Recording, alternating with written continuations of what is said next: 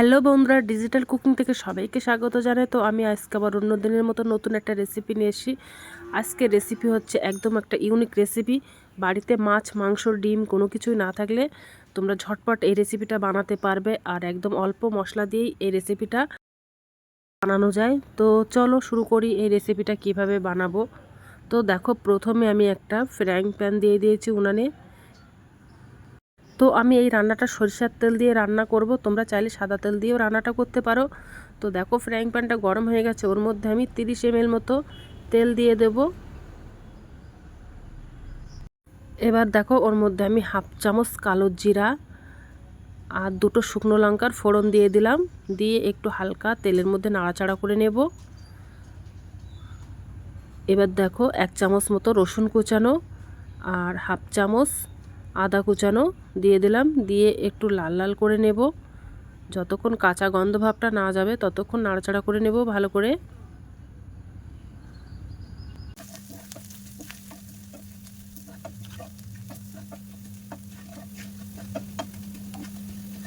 দেখো, আদা রসুনের কাঁচা ভাবটা চলে গেছে আর লাল লাল মতো হয়ে গেছে। এবার আমি দেখো আগের থেকে 200 গ্রাম মুসুরের ডাল ভালো করে ধুয়ে রেখেছিলাম, তো ওটা এবার ফ্রাইং প্যানের মধ্যে দিয়ে দেব।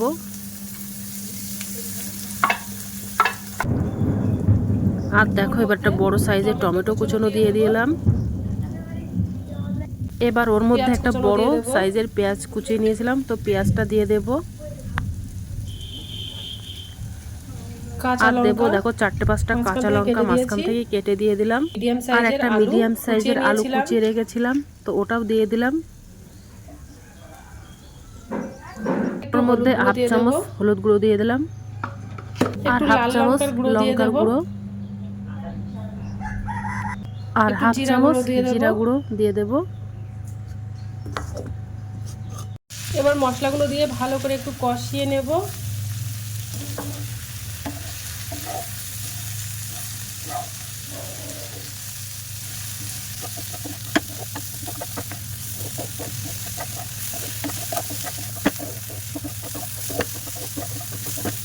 ভালো করে কষিয়ে নেব।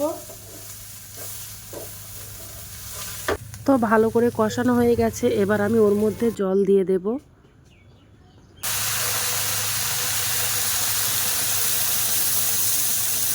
এবার ডালটা ভালো করে সিদ্ধ করে নেব।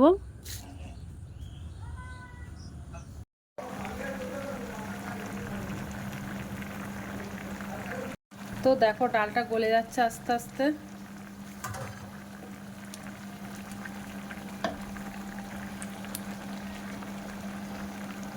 এবার আমি একটা ডিমের ভুজিয়া বানিয়ে নেব। তো উনানে দেখো আমি একটা কড়াই দিয়ে দিয়েছি। এবার আমি ওর মধ্যে একটা ডিম দিয়ে দিয়েছি, তোমরা চাইলে 2টো ডিম দিয়ে বানাতে পারো। তো দেখো, এবার একটু ঘেটে দেবো ভালো করে, দিয়ে একটু ভুজিয়া মতো বানিয়ে নেব। চাইলে আরেকটা ডিম দিতে পারো, আমি একটা ডিম।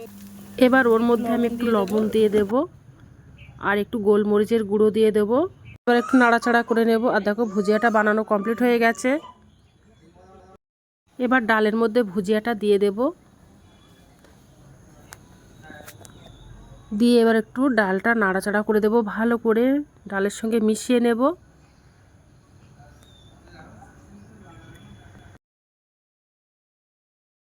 তো ডালটা ভালোভাবে গলে গেছে, এবার আমি ওর মধ্যে হাফ চামচ লবণ দিয়ে দেব। দিয়ে ভালো করে লবণটা ডালের সঙ্গে মিশিয়ে নেব। আর হাফ চামচ আমি ওর মধ্যে গরম মশলার গুঁড়ো দিয়ে দেব। দিয়ে ভালো করে মিশিয়ে নেব ডালের সঙ্গে।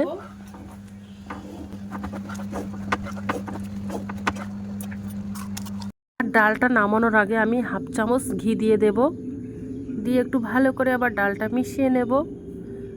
আর আমার কাছে ধনে পাতা নেই, তোমাদের কাছে যদি ধনে পাতা থাকে তো তোমার উপর থেকে ছড়িয়ে দিতে পারো, আরও খেতে কিন্তু ডালটা খুব সুন্দর লাগবে। আমি এবার ওর মধ্যে 1 চামচের 4/1 ভাগ চিনি ছড়িয়ে দেবো। চিনিটা দিলে কিন্তু টেস্টটা অসাধারণ হয়, তার জন্য চিনিটা দিয়ে দিলাম। তো দিয়ে একটু ভালো করে মিশিয়ে নেব। আর এই ডালটা কিন্তু ভাত কিংবা রুটির সঙ্গে কিন্তু অসাধারণ লাগবে খেতে, তোমরা একবার হলেও বাড়িতে ট্রাই করতে পারো। তো দেখো, ডালটা রান্না কমপ্লিট হয়ে গেছে। তো আজকের দিনের মতো ভিডিওটা এখানে শেষ করছি। আগামী দিন আবার একটা নতুন ভিডিও নিয়ে চলে আসবো। তো টাটা বাই বাই, সবাই ভালো থাকবে, সুস্থ থাকবে।